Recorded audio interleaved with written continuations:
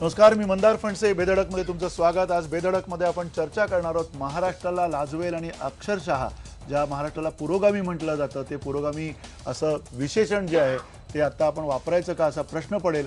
असं जे हत्याकांड 10 दिवसांपूर्वी जवखेडे नावाच्या गावामध्ये अहमदनगर जिल्ह्यामध्ये झालं त्याविषयी त्या निमित्ताने आपण दलित हत्याकांडाच्या संदर्भातली चर्चा करणार आहोत. आपल्यासोबत नेहमीप्रमाणे मान्यवर आहेत. सुनील कदम सामाजिक कार्यकर्ते आपल्यासोबत स्टुडिओमध्ये आहेत. वैभव छाया आपल्यासोबत आहेत स्टुडिओमध्ये. वैभव छाया यांनी सातत्यानं एकूण या सगळ्या हत्याकांडाच्या संदर्भामध्ये सोशल नेटवर्कवरती अत्यंत प्रखर असं लिखाण केलेलं आहे आतापर्यंत आणि त्या निमित्ताने आपण त्यांचे सुद्धा विचार जाणून घेणार आहोत. एका तरुण कार्यकर्त्याच्या मनामध्ये नेमकं काय चाललंय ते आपण त्यांच्याकडनं समजून घेणार आहोत. ॲडव्होकेट उज्ज्वल निकम आपल्यासोबत येणार आहेत आणि मनीषा तोकले राष्ट्रीय उपाध्यक्ष मानवी हक्क अभियानाच्या आपल्यासोबत आता या कार्यक्रमामध्ये आहेत. युवराज मोहिते कलमनामाचे संपादक सुद्धा आपल्यासोबत या कार्यक्रमामध्ये असणार आहेत. पहिला प्रश्न सुनील कदम तुम्हाला विचारायचं आहे की ज्या पद्धतीनं हे नगर जिल्हा म्हणजे कुप्रकाशात आलाय असं आपण म्हणता येईल. खरं तर एकामागोमाग एक 3 ते 4 अशा नगर जिल्ह्यातल्या घटना आहेत. 3 हत्याकांड झालेली आहेत आणि एक अशी घटना आहे जिथे दलित समाजाच्या अंतिम संस्कारावरनं सुद्धा वाद झालेला आहे. अशी प्रकार अजूनही आपल्याकडे घडत आहेत आणि हे घडत असताना नेमकं काय केलं पाहिजे. म्हणजे मनाला सुन्न करणारी, बुद्धीला अक्षरशः बधीर करणाऱ्या या सगळ्या घटना आहेत. काय कशामुळे होते असं तुम्हाला वाटतं? कशामुळे होत आहे म्हणजे आता मी जवखेड्याला आत्ताच जाऊन आलो. जवखेडा खालसा तिथं जो प्रकार पाहिला आणि त्यातनं अनेक लोकांशी बोललो आम्ही, म्हणजे सगळ्या समाजातल्या लोकांशी बोललो. हे बोलत असताना एक आढळलं की जातीय म्हणजे जातीच्या ज्या भावना आहेत म्हणजे इतक्या तीव्र आहेत. म्हणजे तुम्हाला एक सांगतो की एका सो कॉल्ड वरच्या समाजाच्या माणसाशी आम्ही बोलत होतो. कोणत्या समाजात ते काय सांगायची गरज नाही. त्याच्याशी बोलत असताना तो काय म्हणाला की आमच्या गावामध्ये इंटरकास्ट मॅरेज होत नाही आणि त्याची गरजही नाही. का गरज नाही? प्रत्येक जण आपापल्या लिमिटमध्ये राहतो. अच्छा, हा जो प्रत्येक जण आपापल्या लिमिटमध्ये राहतो हे जे म्हणणं आहे, ह्या ज्या भावना आहेत त्या इतक्या का भयानक आहेत, कशामुळे एवढ्या तीव्र आहेत, याचा कुठेतरी शोध घेतला पाहिजे. हे प्रबोधनाने हे कुठं तिकडनं दगड आला म्हणून आपल्याकडनं वीट गेली पाहिजे असं म्हणून हे थांबणार नाही. याच्याने झाला तर समाजामध्ये फूटच पडणार आहे आणि ती फूट देशाला या राज्याला सगळ्यांनाच धोकादायक होणार आहे. तर हे संवादाचं वातावरण कसं निर्माण होईल? कारण दोघांमध्ये इतकं हा गैरसमज आहे. म्हणजे धर्माच्या भावना एवढ्या तीव्र असू शकतात की माणूस अमानवी वागू शकतो.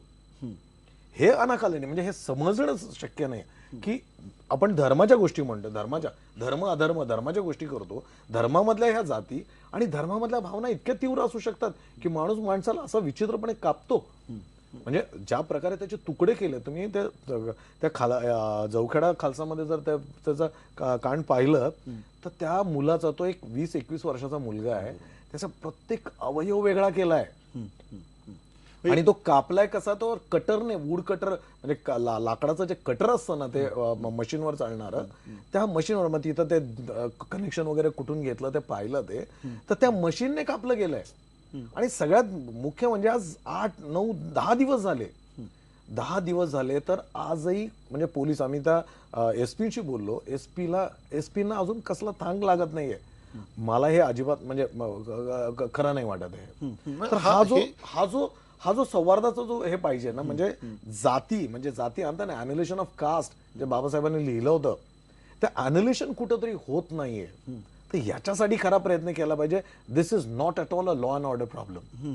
लॉ अँड ऑर्डर प्रॉब्लेम मला दिसत नाही. कारण 3 वर्षापूर्वी त्याला तंटामुक्त गाव म्हणून मिळालं, बक्षीस मिळालंय त्याला. ही परिस्थिती नेमकी जी आहे महाराष्ट्रामध्ये, अशी अनेक गावं आहेत, असे अनेक ठिकाणं आहेत जिथे अशा प्रकारची मानसिकता अजूनही खोलवर तिथे रुजलेली दिसते आपल्याला. मनीषा तोकले, तुम्ही मानवी हक्क अभियानाच्या कार्यकर्त्या आहात, राष्ट्रीय उपाध्यक्ष सुद्धा आहात.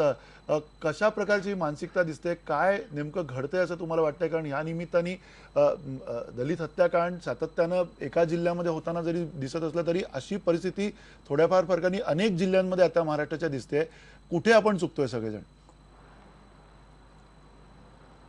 ह्या सगळ्या परिस्थितीमध्ये एकच लक्षात असं येतंय की जातीय ज्या भावना आहेत आणि जातीय भेदभाव आणि जातीय विषमता इतकी तीव्र आहे की ह्या सगळ्या प्रकरणात, खर्डा प्रकरण असेल, खर्ड्यामध्ये नीती नागेचा खून असेल, सोनईचं हत्याकांड असेल, जिथे वाल्मिकी समाजाच्या 3ही मुलांना अशाच पद्धतीने तुकडे करून अमानुष पद्धतीने मारून टाकलं होतं. आणि आता जे पहिल्यांदा बोलले त्यांनी असं सांगितलं की आंतरजातीय विवाह कर आमच्या गावात झालेला नाही आणि होऊ शकत नाही, सगळे मर्यादित राहतात. या गावामध्ये सुद्धा त्याच सगळ्या प्रकाराकडे एकंदरीत सगळी परिस्थिती बघता आणि सगळं पाहता असं लक्षात येते की हे जातीय भावनेतून आणि जातीय मानसिकता जी आहे त्या मानसिकतेतून हे झालेलं आहे. आणि एकंदरच हा अहमदनगर जिल्हा म्हणून आपण असं जर पाहिलं तर पुन्हा पुन्हा जिल्ह्यामध्ये 3 महिन्यांनी, 6 महिन्यांनी, वर्षभरामध्ये ह्या सगळ्या घटना घडत आहेत आणि तितक्याच तीव्र म्हणजे तितक्याच अमानुष पद्धतीनं ह्या तिन्ही ह्याच्यामध्ये दलित मुलांना मारलेलं आहे. एवढंच नाही तर पारनेर तालुक्यातल्या पारधी 2 पारध्यांना सुद्धा खून केलेला आहे आणि बाकीचे जे त्यांचे सोबती आहेत त्यांना आज दवाखान्यात ते आजही आहेत, ऍडमिट आहेत. या सगळ्या परिस्थितीमध्ये आपण असं नाही म्हणू शकत की कायदा आणि सुव्यवस्था हा भाग आहे. तर मला असं वाटतं की प्रशासनात दर 6 महिन्याला, 3 महिन्याला, वर्षभरामध्ये हे एकानंतर एक नगर जिल्ह्यामध्ये जे होतंय तर मला असं वाटतं की हा कायदा आणि सुव्यवस्था तिथल्या प्रशासनाच्या हातात नाही राहिलेली आहे. तिथले कलेक्टर साहेब याच्या संदर्भात जबाबदार म्हणून स्वतःला ज्या पद्धतीनं ही जबाबदारी घेऊन ज्या पद्धतीनं जिल्ह्यामध्ये त्याचं नियोजन करायला पाहिजे आणि त्या पद्धतीनं त्याची ते प्रतिबंधात्मक उपाय म्हणून जे करायला पाहिजे तसं करताना कुठेही दिसलेले नाहीयेत. एसपी आजही सांगत नाहीयेत की जवखेड्यामध्ये जे झालेलं आहे त्याचे आरोपी कोण आहेत. आजही निश्चित दिशा एसपींकडनं कोणालाही कळालेली नाही आणि तशी दिसतही नाहीये. पण हे सगळं झालंय ते हे जातीय भावनेतूनच इतक्या, कारण या आधी जे औरंगाबाद जिल्ह्यामध्ये फुलंब्री तालुक्यात पाल गावामध्ये झालं होतं तिथं सुद्धा एका तरुणाला सवर्ण समाजातल्या मुलीबरोबर, म्हणजे तथाकथित सवर्ण आणि मोठे ओपन असं म्हणतो आपण, पण ह्या सगळ्या ह्याच्यामध्ये मला तेवढं चांगलं सुद्धा त्यांना म्हणावंसं वाटत नाही. पण जातीय भावना अशा आहेत की आमच्या मुलीवर तू प्रेम करायची हिंमत कशा करतो, तू दलित आहेस, तू खालच्या जातीतला आहेस, आणि म्हणून अख्ख्या गावाने हल्ला करून त्याला खांबाला बांधून नालीतलं पाणी माजून त्याच्या अंगावर मीठ मिरची चोळून त्याचा खून केला होता. तीच गोष्ट नांदेडमध्ये झालेली आहे आणि ह्या सगळ्या प्रकारामध्ये पुन्हा पुन्हा या गोष्टी समोर येत आहेत. एवढंच नाही की हा जो सुनील आहे हा मुंबईमध्ये शिकतो आहे, चांगला शिकतो आहे, राहतो चांगला आहे, एकदम चांगला दिसतो आहे आणि ह्या सगळ्या ह्याच्यामधून हे देखवत नाहीये. आणि इतकं शांत थंड डोक्याने हे सगळं केलेलं आहे की 3 महिन्या अगोदर जाधव कुटुंबियातले 3 कुत्रे मारून टाकले. ही घटना घडायच्या अगोदर वाघ नावाची जी फॅमिली आहे ज्याच्यामध्ये आरोपी म्हणून ती बाई पकडलेली आहे आणि तिला चौकशीच्या ह्याच्यामध्ये घेतलेलं आहे आणि पुन्हा पुन्हा तिला सोडतायत, घेतायत. आज तिला पुन्हा परत नगरला एसपीनी घेऊन गेलेले आहेत आणि ह्या सगळ्या प्रकरणामध्ये तिचं कुत्र सुद्धा आता आदल्या दिवशी मारलेलं आहे. आणि हे सगळं घडलेलं असताना तो खून केला, त्या खून केलेल्या जागी ते जिथं रक्त पडलं होतं तिथं तो सगळा कडबा तिथं आणून ठेवला, उभा केला, म्हणजे ते रक्त दिसू नये अशा पद्धतीने व्यवस्थितपणे केलं. शांत डोक्याने त्या सगळ्या बॉडीचे तुकडे केले आणि ते तुकड्याची विल्हेवाट लावण्यासाठी बोर निवडला. त्या बोर मध्ये ते सगळे त्याचे तुकडे, डोकं जात नव्हतं तर त्याचे 2 भाग करून मध्ये जबरदस्तीने कोंबल्यासारखे कोंबले. म्हणजे इतकं शांत पद्धतीने हे सगळं केलेलं आहे. आणि या सगळ्या गोष्टी ज्याला ती विहीर माहित आहे, बोरवेल माहित आहे, त्या परिसरातले त्याच गावातले आहेत. आणि सगळ्यात मोठं सरपंच, आरोपी ज्यांच्यावर संशयाची सुई आहे तिथले पोलीस पाटील हे एकाच आडनावाचे आहेत आणि त्या गावातले हे तिन्ही, हे सगळी वाघ फॅमिली जी संशयाच्या घेऱ्यामध्ये येत आहे ती पूर्ण कुटुंब तिथल्या बीजेपी, शिवसेना, काँग्रेस या सर्व राजकीय पुढाऱ्यांच्या नातेवाईक असलेले ही सगळे कुटुंब आहेत. आणि त्यांनी त्यांच्या ह्या सगळ्या प्रक्रियेमध्ये हे आजही आरोपी जे निश्चित होत नाहीत याला कारण ही सगळी राजकीय पार्श्वभूमी असलेले नातेवाईक त्या गावातले हे आहेत. आणि दुसरं, इथलं प्रशासन आजही इथं अपयशी झालेलं आहे. जिल्ह्यातल्या सगळ्या घटनांच्या बाबतीमध्ये आतापर्यंत पाहिलं तर सोनई हत्याकांडाच्या बाबतीत सुद्धा आजही ते कोर्टामध्ये ती केस ज्या पद्धतीनं चालायला पाहिजे त्या पद्धतीनं चाललेली आपल्याला नक्की दिसत नाहीये. मनीषाताई अजूनही लोक न्यायाच्या मनीषाताई वाटेवर आहेत, वाट बघत आहेत. नक्की. मला असं वाटतं की ह्या सगळ्या पार्श्वभूमीवरती तरुणांना, दलित तरुणांना आणि हे सगळे ज्यांना जात मान्य नाहीत असे जेवढे तरुण आहेत, असे जेवढे लोक आहेत, ह्या सगळ्या लोक आता रस्त्यावर येत आहेत हळूहळू. नक्की मनीषाताई मी तुमच्याकडे पुन्हा येतो. तुम्ही ज्या पोटतिडकीने खरं तर हे सगळं मांडताय, तुम्हाला थांबवत सुद्धा नाहीये मला, कारण तुमच्याकडे ही सगळी जी माहिती आहे ती माहिती आपण अजून अधिक टप्प्याटप्प्याने तुमची माहिती घेऊयात, कारण तुम्ही तिकडे जाऊन बघितलेलं आहे हे सगळं आणि सातत्यानं त्याच्या आधीची जी काही हत्याकांड झाली त्याचा सुद्धा तुम्ही पाठपुरावा केलेला आहे. मी पुन्हा तुमच्याकडे येतो, पण ॲडव्होकेट उज्ज्वल निकम आपल्या सोबत आहेत आणि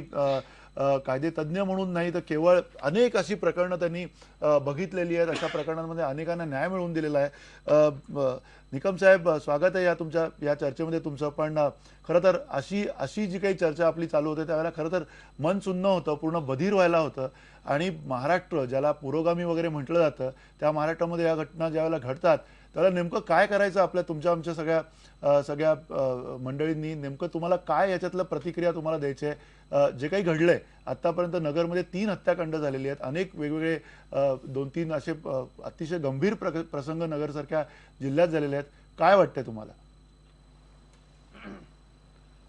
निश्चितपणे मी या सगळ्या घटनांचा अतिशय स्पष्ट शब्दात निषेध व्यक्त करतो, कारण मी ह्या प्रकारचे खटले चालवले आहेत. आणि मगाशी मनीषांनी ज्याचा उल्लेख केला असं सोनई खून हत्याकांडी प्रकरण आता एक पुढच्या 8-10 दिवसात एक फायनल हिअरिंगला लागत आहे. त्याच्यामुळे या खटल्याच्या बाबतीच्या मेरिट्सबद्दल मी काही बोलणार नाही. परंतु प्रश्न असा आहे की ज्या वेळेला आपल्यासारख्या लोकशाही देशामध्ये जात आणि धर्म या वांशिक मतभेद होऊन आणि त्याचं पर्यावसन हत्यात होतं, त्यावेळेस निश्चित एक जबाबदार नागरिक म्हणून नव्हे तर या देशाची जी लोकशाही संकल्पना रूढ करण्याची जी आपली धारणा आहे तिला कुठेतरी सुरुंग बसतो आहे. आणि मग अशा वेळेला ज्या अल्पसंख्याकांचे ज्या वेळेला हत्या होतात तेव्हा निश्चितपणे त्यांच्या मनामध्ये एक शंका उपस्थित होते, न्याय मिळणार का आणि न्याय केव्हा मिळणार हा एक महत्वाचा प्रश्न आहे. आणि म्हणून जे सोनई प्रकरण होतं नगर जिल्ह्यात झालेलं, त्या जिल्ह्यात ज्यावेळेला माझ्या लक्षात असं आलं की हा खटला नगर जिल्ह्याच्या बाहेर आपण चालवला पाहिजे आणि म्हणून तो खटलाची सुनावणी आम्ही मुद्दामून नाशिक जिल्ह्यात आता सुरू केलेली आहे. त्याकरता मुंबई उच्च न्यायालयात फिर्यादीतर्फे अपील दाखल झालं, उच्च न्यायालयाने ते मान्य केलं आणि त्याची सुनावणी होईल. प्रश्न आज असा आहे की असे प्रकार हत्या घडतात का आणि मग आमची कुठेतरी संस्कृती लयाला गेली आहे का? मला कुठल्याही विचारावरती राजकारण आणायचं नाही, पण ज्या वेळेला अशा प्रकारचे मी ज्या वेळेला खटले चालवत असतो त्यावेळेला माझ्या मनात पहिला प्रश्न येतो की या गुन्ह्याचा हेतू काय, यांनी आरोपींनी ही हत्या का केली, हे करण्यामागे ज्यांचा खून करण्यात आलेला आहे त्यांना कोणी संरक्षण नाही किंवा त्यांची कोणी वाली नाही म्हणून त्यांचा खून करण्यात आला, म्हणून त्यांची अशा रीतीचे निगृण हत्या. म्हणजे सोनईचं प्रकरण आणि जवखेड्याचं प्रकरण जर बघितलं तर ज्या पद्धतीने यांचे तुकडे करून पाईप बोरिंग मध्ये घातले, ही मानव आहेत का हे ज्यांनी हे प्रकार केलेले आहेत, त्यांना देखील मला लाज वाटते. नक्की.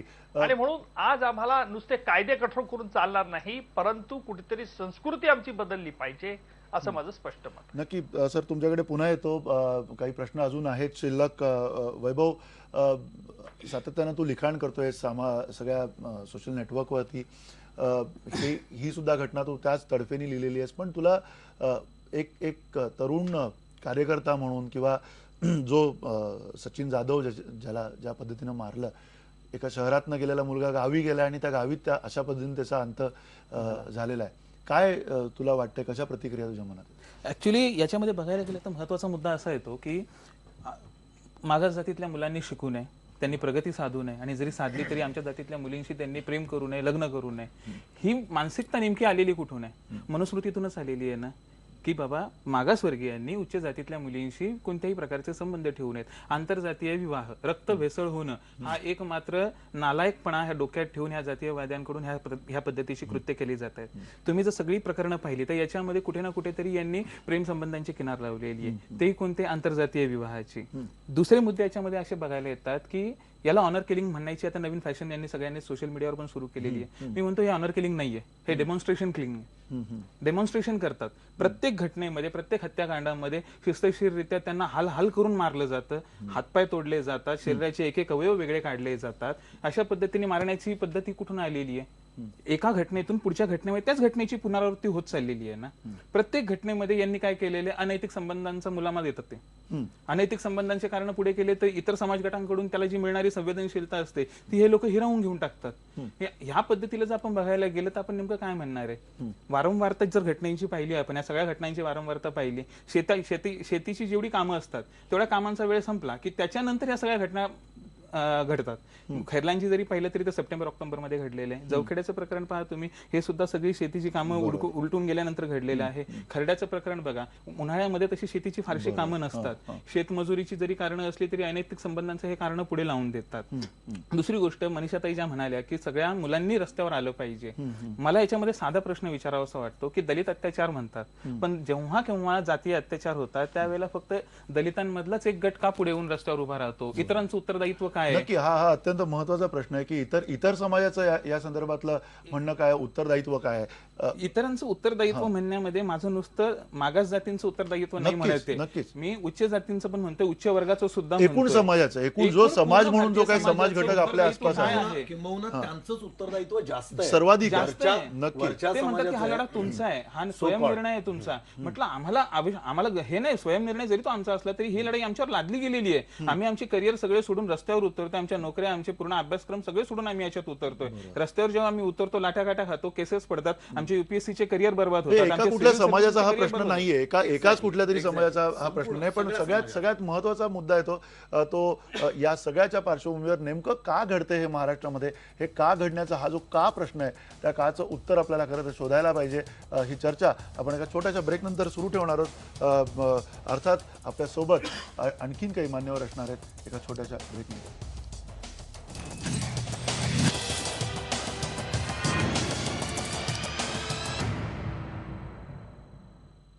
महाराष्ट्र राज्यामध्ये ज्या पद्धतीनं दलित अत्याचार आणि दलित हत्याकांडाच्या वाढत्या घटना दिसतात त्याच्यावरून आपण आज चर्चा करतोय. बेधडकमध्ये बेधडक प्रतिक्रिया तुम्ही #बेधडकवरती पाठवू शकता. तुमच्या ज्या काही मनातल्या भावना आहेत त्या तुम्ही व्यक्त करू शकता. अनेक काही प्रातिनिधिक भावना आम्ही पुन्हा या चर्चेमध्ये घेणार आहोत. आपल्यासोबत आता या चर्चेमध्ये युवराज मोहिते आहेत, संपादक कलमनामा. स्वागत आहे तुमचं चर्चेमध्ये.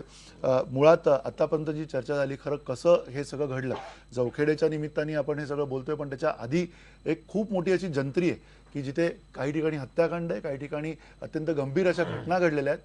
त्या हत्याकांडापेक्षा वाईट म्हणता येतील अशा सुद्धा जिवंत माणसांच्या त्या कहाण्या आहेत. या घटना वाढण्यामागची कारणं जी काय ती आपण बघतोय, पण सगळ्यात महत्त्वाचा थेट प्रश्न तुम्हाला विचारायचा आहे की गेल्या काही काळातली ही भीती चेपली असं तुम्हाला वाटतंय का महाराष्ट्रामध्ये? 70च्या दशकात ज्या पद्धतीनं घटना घडत होत्या त्याच आत्ता 2014 मध्ये घडताना आपल्याला दिसत आहे. नाही, मी थोडंसं वेगळं हे मांडतोय की आत्ताच्या ज्या घटना आहेत, सलग 3 घटना ज्या घडलेल्या आहेत नगर जिल्ह्यातल्या, याच्याकडे जर आपण थोडंसं अभ्यासक दृष्टीने पाहिलं की नगर जिल्ह्यातच का घडत आहेत, म्हणजे रेस्ट ऑफ महाराष्ट्रामध्ये ॲट्रॉसिटी आणि सगळं आहे, खूप गोष्टी घडत आहेत, पण त्या घटनांनी यातली भयानकता ही खूप मोठी आहे. म्हणजे मराठवाड्यातही घडतात, पश्चिम महाराष्ट्रातही घडतात, सगळीकडे घडत असतात दलितांवरचे अत्याचार. मग ते वेगवेगळ्या कारणाने असतात. इथे घडणाऱ्या घटना नेमक्या ज्या आहेत त्या घटनांचं गांभीर्य दिवसेंदिवस वाढते. एक घटना दुसरी घटनेपेक्षा अधिक तीव्र होते.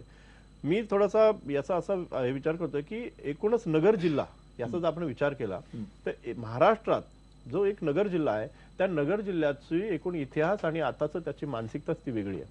म्हणजे नगर जिल्ह्याचे जर 2 भाग केले आपण, उत्तर नगर आणि दक्षिण नगर, तर दक्षिण नगर हा मानसिकदृष्ट्या वैचारिकदृष्ट्या हा मागास आहे भाग. इथे कुठलीही स्वातंत्र्याची चळवळीत कोणी नव्हतं, कुठलाही सामाजिक लढा या भागात नाहीये, कुठला सामाजिक नेता असं म्हणायला गेलं तर तिथे नाहीये, जे महाराष्ट्रामध्ये इतर ठिकाणी आपल्याला दिसतं. त्याचबरोबर त्या समाजावर एखाद्याची हुकूमत असेल, एखाद्याला मानतील लोक असं कोणी तिथे नाही. राजकीय दृष्ट्या उत्तर आपण नगरमध्ये बघितलं तर कम्युनिस्ट चळवळ होती, कामगार चळवळ होती, पण त्याचं रिफ्लेक्शन दक्षिणमध्ये पडत नव्हतं. तिथे कुठलाही कोणी पक्ष कुठल्याही कोशात कोणी जातो आणि निवडून येतो किंवा राजकीय तत्व घेतो. या सगळ्यातनं मला असं वाटतं की महाराष्ट्रातला हा कळीचा मुद्दा आहे की महाराष्ट्राला पुरोगामी आपण म्हणतो, पण हा दक्षिण नगरचा भाग आहे, इथे पुरोगामी तो काय कोणालाच माहित नाही. त्यामुळे एक जमीनदारी, एक सरंजामशाही ही तिथे पोचून राहिलेली आहे. आणि मग आपण जमीनदार आहोत, आपण एक उच्चवर्गीय आहोत, हे करण्यासाठी काय करायचं तर इतकं थंडपणे, कारण ते मूल्य नावाची गोष्ट नाही, माणुसकी नावाची गोष्ट नाही, ज्या पद्धतीच्या घटना आपण बघितल्यात, तर या घटनेचा मागोवा मला असं वाटतं की ते त्याच्यात आहे. आणि म्हणून मला असं वाटतं की हा उभ्या महाराष्ट्राला थ्रेट आहे दक्षिण नगरचा.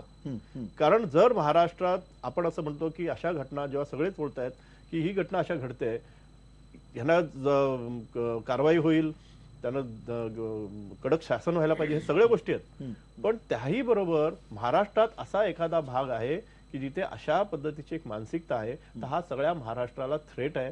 हा महाराष्ट्राचा प्रश्न आहे. आणि म्हणून त्या तिकडे बघायला पाहिजे. आणि म्हणून मला असं वाटतं की महाराष्ट्रामध्ये असे लोक आहेत अजूनही की ज्यांना असं वाटतं की हे भयानक आहे. म्हणजे मग ते केवळ दलित नाही, इतरही सेक्शन मधले लोक खूप आहेत की ज्यांना असं वाटतं की हे खूप भयानक आहे.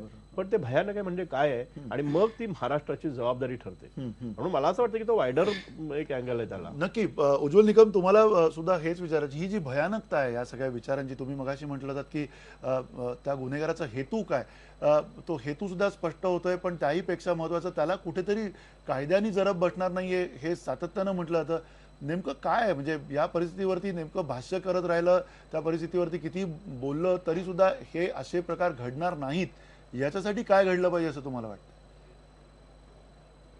नाही, मी मगाशीच सांगितलं की फक्त कायदा कठोर करून आपल्याला चालणार नाही.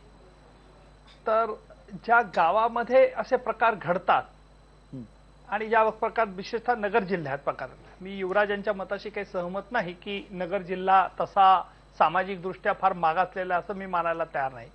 कारण नगर जिल्ह्यात साखर कारखानदारी प्रथम सुरू झाली आणि महाराष्ट्राच्या त्या दृष्टिकोनातून विचार केला तर नगर जिल्ह्यात बराच क्रांतिकारी झाला. आपण नेहमीच ऐकतो की नगर जिल्ह्यात जास्त निवडणुकीच्या दरम्यान पैसा ओतला घेत जातो. उत्तर नगर आणि दक्षिण नगर एक गोष्ट लक्षात ठेवली पाहिजे, एक गोष्ट मात्र आपण लक्षात ठेवली पाहिजे की नगर जिल्ह्यात ही विषप्रवृत्ती जी वाढीला लागते आहे, म्हणजे ज्या खेड्यांमध्ये हे प्रकार घडलेले आहेत त्या खेड्यांमध्ये आजही असं दूषित वातावरण निर्माण केलं जातं आणि दुर्दैवाने त्याच्याकडे वरतून कोणीही लक्ष देत नाही. ही गोष्ट आपल्याला नाकारता येणार नाही. म्हणजे आजही तो सामाजिक भेद आपण ठेवतो आहे, हे मोठं मनात शल्य आहे. आणि म्हणून कायदा कठोर करून उपयोग नाही, परंतु ज्याप्रमाणे कायद्याची अंमलबजावणी लवकर केली पाहिजे. म्हणजे गुन्हेगाराला शिक्षावर, माझं खैरलांजीचा दलित हत्याकांड मी चालवलं, तिथे फाशीची शिक्षा झाली 8 लोकांना, परंतु उच्च न्यायालयात सीबीआयने अपील चालवलं, ती शिक्षा जन्मठेपेच झाली आणि सुप्रीम कोर्टापर्यंत अजूनही त्याचा निकाल लागला नाही. आणि म्हणून लोकांना जी लॉजिकल एंडला जे असे आहेत जिथे सामाजिक गुन्हे घडतात, तिथे लॉजिकल एंडला आम्हाला ट्रायल्स ह्या एक्सपिडाईट केल्या पाहिजे. आणि म्हणून हे खटल्याची त्वरेने निपटारा व्हावा याकरता कायद्यातच आम्हाला तरतूद आणायला हवी, जेणेकरून कायदा बंदुकीच्या गोळीसारखं अस्त्र आहे याची जाणीव अशा सामाजिक गुन्हेगारांना झाली पाहिजे. परंतु एक खबरदारी घेतली पाहिजे की अशा वेळेला अकारण कोणाला खोटं बोललं जाणार नाही. कारण अॅट्रॉसिटी कायद्यामध्ये एक साधारणतः भीती व्यक्त केली जाते. आता ही काही प्रमाणात भीती खरी असेल खोटी असेल हा भाग जरी अलहिदा असला तरी कायद्याची तशी भीती अकारण कोणी दाखवायला नको. आणि म्हणून हे देखील बाळगलं गेलं पाहिजे. आणि सामाजिक ज्या वेळेला अशा धर्म जातीवरून हत्या होतात त्यावेळेला मात्र अशा खटल्यांचा निपटारा लावण्याकरता स्वतंत्र न्यायालय पाहिजे. आणि या स्वतंत्र न्यायालयाकडून विशिष्ट कालमर्यादित निकाल झाला पाहिजे. नक्की. म्हणजे तुम्ही म्हणताय तो निकाल सगळ्याच एका कोर्टात नाही तर सर्वोच्च न्यायालयापर्यंत निकाल त्वरित झाले पाहिजे. नक्की. म्हणजे शेवटपर्यंत निकालाची जी यंत्रणा जी आहे, निकालाची जी प्रोसेस आहे ती त्याच्यात सुलभता आणली पाहिजे. काय वाटतं सुनील कदम की हे शक्य आहे का? मुळात न्यायाची प्रक्रिया, सामाजिक न्यायाचा वगैरे खूप मोठा विषय याच्या समोर दिसतो आता. असं म्हणतो की सामाजिक न्यायाचं हे राज्य असलं पाहिजे वगैरे वगैरे, पण हे सगळं बघितलं किमान न्यायाची प्रक्रिया तरी आपण नीट, न्यायाची प्रक्रिया अजिबात डिटरंट म्हणून राहिलेली नाही. कारण त्याचं प्रयोजन काय तर डिटरंट. पण डिटरंट कसं राहणार? लोकांचा समज असं झालाय की आम्ही काही केलं, किती उभं चिरलं आणि आडवं चिरलं तर होणार काय की 10-15 दिवस कुठेतरी निदर्शनं होतील, कुणीतरी निदर्शनं करतील, बंद होईल, चक्काजाम वगैरे रस्ते बंद होतील, या पलीकडे होणार काय? आणि मग त्याच्यानंतर आता एक वेगळीच प्रक्रिया सुरू झाली आहे की काही असं झालं की मग कुणीतरी मागणी करतं, उज्ज्वल निकम आम्हाला वकील हवेत. उज्ज्वल निकम साहेब येतात पण मला दुर्दैवानं म्हणजे उज्ज्वल निकम साहेब स्वतःच म्हणतात, स्वतःच हे जे म्हणतात की मला ते करू शकलो नाही किंवा ती फाशीची जन्मठेप झाली. म्हणजे हे जर ते स्वतःच म्हणत असतील तर मग बाकीच्यांनी म्हणजे होणार कसं हे? मग हे का, where exactly it goes wrong? मला हे निकम साहेबांना विचारायचंय की हे असं का झालं? म्हणजे फाशीची शिक्षाही न होता मग हे असं डिटरंट राहणारच कसं? हे याच्यामध्ये यांनी कुठेतरी याच्या सूचना केल्या पाहिजे, सरकारला यांनी सूचना केल्या पाहिजे. हा खटला उच्च न्यायालयात चालवला, मी चालवलं नाही. सीबीआयची मागणी करण्यात आली आणि सीबीआयने चालवला. त्याच्यामुळे मी त्यावेळेला तिथे नव्हतो, म्हणजे माझ्यामुळे मिळालं नाही, मी असा दावाही करणार नाही. परंतु ज्या पोटतिडकीने असे प्रश्न मांडायला हवेत, असे प्रश्न पोटतिडकीने न्यायालयात मांडले जात नाहीत, हे मी सांगून ठेवतो. हत्याकांडामध्ये, खैरलांजी दलित हत्याकांडामध्ये मी सरकारला सांगितलं होतं की सगळ्या दलित नेत्यांनी कोर्टात बसलं पाहिजे. मी काय युक्तिवाद करतो तो ऐकला पाहिजे, त्याच्यावरती तुमच्या शंका मला सांगितल्या पाहिजे, जेणेकरून हा मला मुद्दा प्रभावी म्हणतात. त्यामुळे सगळे दलित नेते भंडारा न्यायालयात उपस्थित होते. त्याच्यात 8 लोकांना फाशी झाली होती. उच्च न्यायालयात सीबीआयने अपील चालवावं असा एक मतप्रभाव मांडण्यात आला आणि त्यामुळे मी उच्च न्यायालयात नव्हतो, त्यामुळे ती कायम झाली नाही. सर्वोच्च पण याच्यामागे काय कारण आहे? याच्यामागे काय कारण आहे? यामागे कारण असं आहे की तो न्यायालयाने निकाल दिलेला आहे. आता हे सर्वोच्च न्यायालयात अपील पेंडिंग आहे. सीबीआयने चालवावं, सीबीआय कोर्टाने चालवावं असं या प्रश्नाचं उत्तर मी तुम्हाला देईल. पण एकदा सर्वोच्च न्यायालयाने याच्यावरती काय निकाल देतं त्यानंतर आपण चर्चा करूया. माझं निश्चितपणे लक्ष आहे. याच्यामध्ये कसं आहे म्हणा, 2 गोष्टी आता याच्यात अशा आहेत की सरकारची यातली भूमिका आहे ना, ही कळीचा मुद्दा असतो. ह्या ज्या घटना घडल्या खैरलांजी नंतरच्या वगैरे, तेव्हा सरकारने अगदी RR पाटलांनी 10 वेळा सांगितलं होतं की आम्ही जलदगती न्यायालय सुरू करू. एकही जलदगती न्यायालय म्हणजे 3 जलदगती न्यायालय या सगळ्या नगरमध्ये सुरू करायचं ठरलं होतं. म्हणजे 2 महत्वाचे मुद्दे आहेत जे केंद्र सरकारने यांना पाठवलेलं आहे. एक म्हणजे एकतर अशा जिथे घटना घडतील त्या जिल्ह्याला तुम्ही दलित अत्याचारग्रस्त जिल्हा म्हणून जाहीर करा, हे घोषित करत नाहीये. दुसरी गोष्ट, जलदगती न्यायालय स्थापन करा. नाही, पण घोषित करा म्हणजे काय करा आणि घोषित करून त्यातनं काय साधलं जाणार आहे? कारण त्याच्यात हे घोषित असं दिलेलं आहे की आमच्याकडे फंड नाहीये, आमच्याकडे जागा नाहीये जलदगती न्यायालय स्थापन करण्यासाठी. नक्की, म्हणजे बघा, याला न्यायालय आणि 2 वर्षामध्ये मॅक्झिमम 3 वर्षामध्ये सुप्रीम कोर्टापर्यंत. आज खैरलांची 10 वर्ष झाली, बरोबर. 10 वर्षानंतर दलितांना काय वाटलं पाहिजे की अजूनही न्याय मिळत नाहीये? तर हे सगळे जे खटले जे आहेत याचा निपटारा 2 ते 3 वर्षामध्ये मॅक्झिमम झाला पाहिजे. तर हे डिटरंट म्हणून राहणार आहे आणि दलितांनाही वाटेल कुठेतरी न्याय मिळतोय या देशामध्ये. याचे परिणाम हे होतील. आज जो तरुण शिकलाय, जो दलितांमधला तरुण शिकलाय, तो कुठंतरी नक्षलाईट होता का? नक्की, म्हणजे व्यवस्थेच्या विरोधात जाण्याच्या एका खटल्यात जरी जर एका आरोपीला जरी जर फाशी शिक्षा किंवा जी काही शिक्षा असेल ती झाली ना, तर मला असं वाटतं जरब बसेल. नक्की. आणि हा एकीकडे कायद्याचा 3 वर्षामध्ये व्हायला पाहिजे ते. नक्की किमान 3 वर्षामध्ये हे व्हायला पाहिजे. पण खरं तर जेवढं शक्य तेवढं या जलदगतीनं ही न्याय प्रक्रिया व्हायला पाहिजे, याच्यामध्ये सुद्धा काही शंका नाही. पण आपण एक छोटासा ब्रेक घेऊयात आणि ब्रेक नंतर पुन्हा एकदा आणखीन एक महत्वाचा प्रश्न उपस्थित करायचा, तो म्हणजे या सगळ्याच्या पार्श्वभूमीवर महाराष्ट्रातली पुरोगामी चळवळ जी आहे ती सुद्धा कमकुवत झाली आहे का आणि त्याचा कुठेतरी या सगळ्या प्रबोधनावरती परिणाम होतोय का, तेही आपण तपासणार आहोत छोट्याशा ब्रेकनंतर.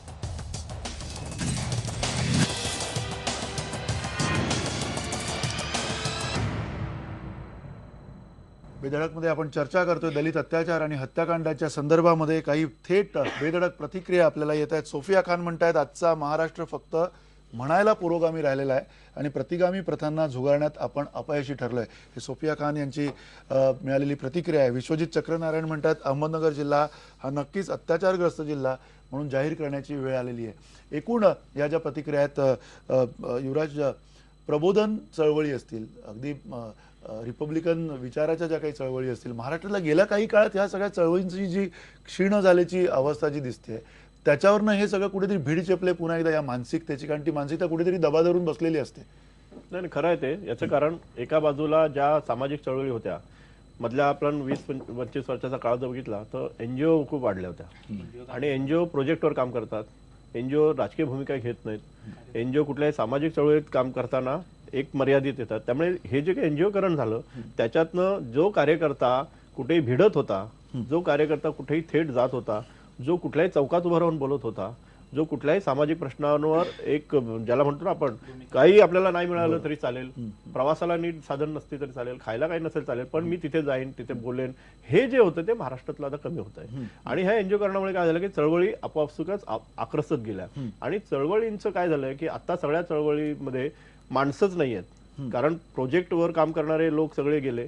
आणि आता जर नवीन आपण जर म्हटलं तर नवीन तरुणांमध्ये त्या चळवळीला झोकून देणारी माणसं नाही आहेत. एका बाजूला राजकारण जे पाठिंबा लागतो, राजकीय पाठिंबा, तो या कुठल्याही चळवळीला नाही आहे. म्हणजे रिपब्लिकन चळवळ एका बाजूला असेल, त्याचं काय भजं झालं किंवा त्याचं काय राजकारण आहे ते आपल्याला आता दिसलेलंच आहे.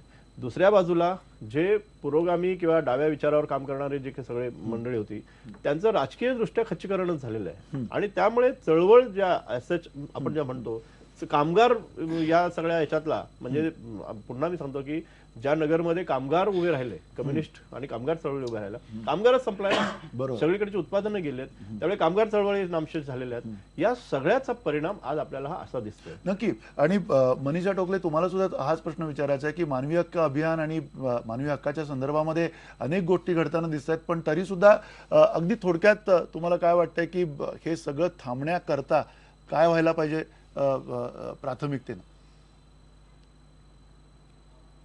मला पहिल्यांदा असं वाटतं की आपण पुरोगामी महाराष्ट्र म्हणून अशी जे वेगळी पणा जो महाराष्ट्राच्या सगळ्या जगाला असा जो समज आहे आपला, तर तो मला असा वाटतो की चुकीचा आहे. की महाराष्ट्र पुरोगामी नाहीये. महाराष्ट्रात जन्मलेली काही माणसं ज्यांनी पुरोगामी विचार, मानवतावादी विचार महाराष्ट्रातून निर्माण झाला आणि तिथून तो बाहेर आला, तो बेसिक विचार महात्मा फुले, बाबासाहेब, शाहूराजे या सगळ्यांच्या विचाराचा जो महाराष्ट्राचा आपण म्हणतो तो महाराष्ट्र, अख्खा महाराष्ट्र नाहीये, तर ते काही माणसं आहेत. म्हणजे अजूनही तुम्ही म्हणताय की काही माणसं आहेत. सुनील कदम, नक्की तुम्ही म्हणता की काही माणसं आहेत. खरं तर म्हणजे इतकी वर्ष झाली ही परंपरा आहे, आपण कुठेच काही त्यातनं शिकलो नाहीये आणि अधिकाधिक बिघडत चाललंय. म्हणजे नुसतं आतापर्यंत होतं तेवढं बिघडताना दिसतंय अनेक. कसं आहे, रेव्होल्युशन अँड काउंटर रेव्होल्युशन, महाराष्ट्रामध्ये क्रांती होत होती, ती काउंटर झाली, काउंटर रेव्होल्युशन हे घडतच जाणार आहे ह्या. आणि त्याचबरोबर त्याच्याबरोबर प्रगती होत जाणार आहे. आणि आपण आता परत कुठेतरी मागे गेलोय, याच्या परत पुढे आणखी जाणार आहोत. एक क्लिप घेऊ, तो भाग वेगळा.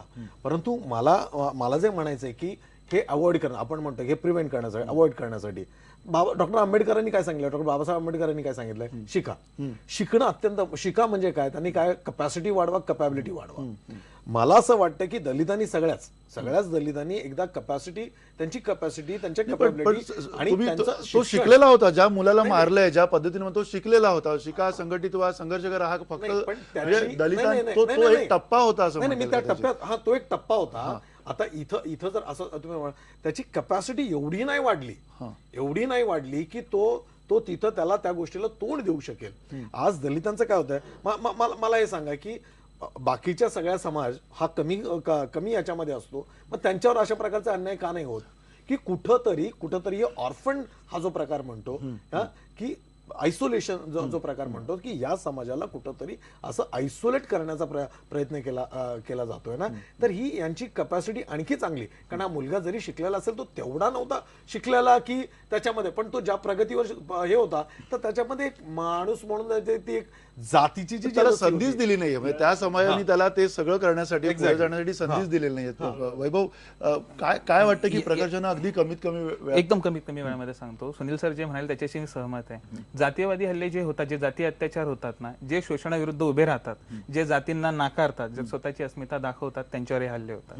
आता याच्यासाठी उपाययोजना जी आहेत त्याला साध्या आपण चर्चेमध्ये बऱ्याच वेळा निघालेली आहे की नगर जिल्हा हा जाती अत्याचारग्रस्त जिल्हा म्हणून घोषित करावा.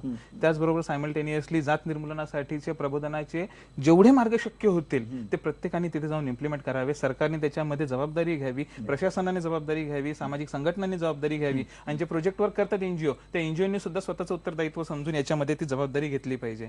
तिसरा महत्वाचा मुद्दा असा येतो याच्यामध्ये की अॅट्रॉसिटी कायदा हा इम्प्लिमेंट केला जात नाही प्रॉपर पद्धतीने. अॅट्रॉसिटी कायदा हा प्रॉपर वेने इम्प्लिमेंट केला पाहिजे. त्याच्यातले जे लूप होल्स आहेत त्याचे सजेशन जे सरकारकडे सातत्याने गेल्या 5 वर्षांमध्ये ते त्यांनी इम्प्लिमेंट केले पाहिजे. आणि शेवटचं एक आहे की सामूहिक जबाबदारी स्वीकारली पाहिजे. म्हणजे मी कालच्या लेखात म्हटलेलं होतं की मराठी अस्मितेचा डांगोरा पिटणारे सेना मनसेवाले जे आहेत ते कधी गेलेले नाहीत तिथे. अजित पवार पहिल्यांदा एका गावातच गेलेले. जाणार तशी काहीतरी बातमी आलेली आहे. म्हणजे मूळ मुद्दा हा सामूहिक जबाबदारी असली पाहिजे. मला ऍटिट्यूड बद्दल सांगायचंय. नवे होणारे मुख्यमंत्री त्यांनी या विषयाबद्दल ब्र काढला नाही. म्हणजे त्यांनी इतर सगळ्या गोष्टींबद्दल इतका कॅलस ऍटिट्यूड. म्हणजे एकूण ही तुम्ही म्हणता की राजकीय सुद्धा अनास्था, सगळ्या राजकीय पक्षांची सुद्धा याच्यावरची अनास्था आहे अशी परिस्थिती दिसते तुम्हाला. पण या बरोबरीनं उज्ज्वल निकम, तुम्हाला अगदी थोडक्यात तुम्ही म्हटलात की फास्ट ट्रॅक झाले पाहिजे. नेमकं कसं होणार हे सगळं? फास्ट ट्रॅक वगैरे हे सगळं पुन्हा राजकीय इच्छाशक्ती आणि सरकारवरतीच अवलंबून असणार आहे. फास्ट ट्रॅक शक्य आहे? निश्चितपणे या बाबतीत सरकारला विचार करावा लागणार आहे. कारण सामाजिक एकीकरण आणि समाजातील सगळ्या थरातील जातींची मन जुळणं हा जरी कायद्याचा बडगा दाखवून हा एक भाग असला तरी नुसतं कायद्याच्या बडग्याने देखील मन ही दुभंगली जात असतात.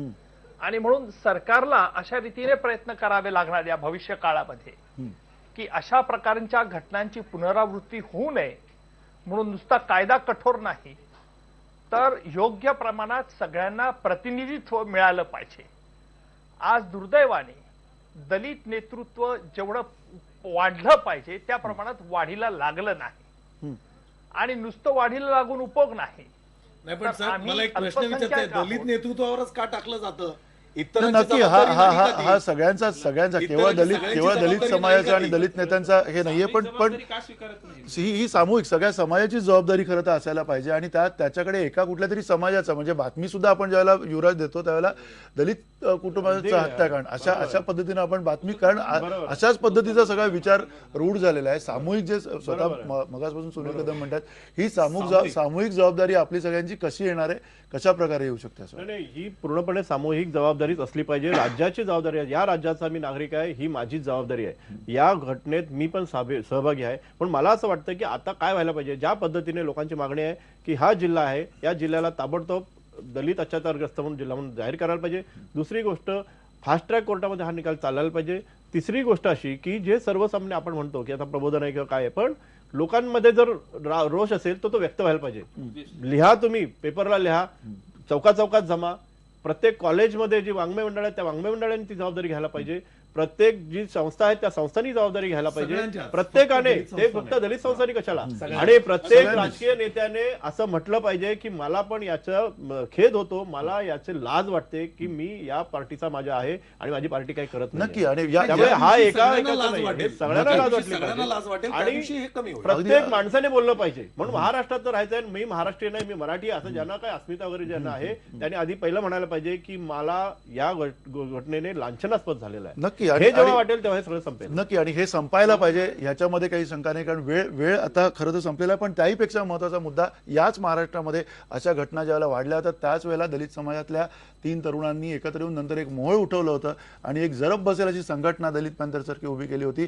अशा ह्या वाटेवर जायचंय की अधिक कायद्याच्या सुव्यवस्थेच्या वाटेवर जायचंय, हे या सगळ्या राज्य सरकारांनी आपल्या ठरवायचं. आणि येणाऱ्या काळामध्ये अशा घटना घडणार नाहीत यासाठी यंत्रणेला सुद्धा त्याच पद्धतीनं सूचना नवीन सरकार देईल अशी आपण अपेक्षा करूयात. धन्यवाद. इथेच थांबतो. नमस्कार.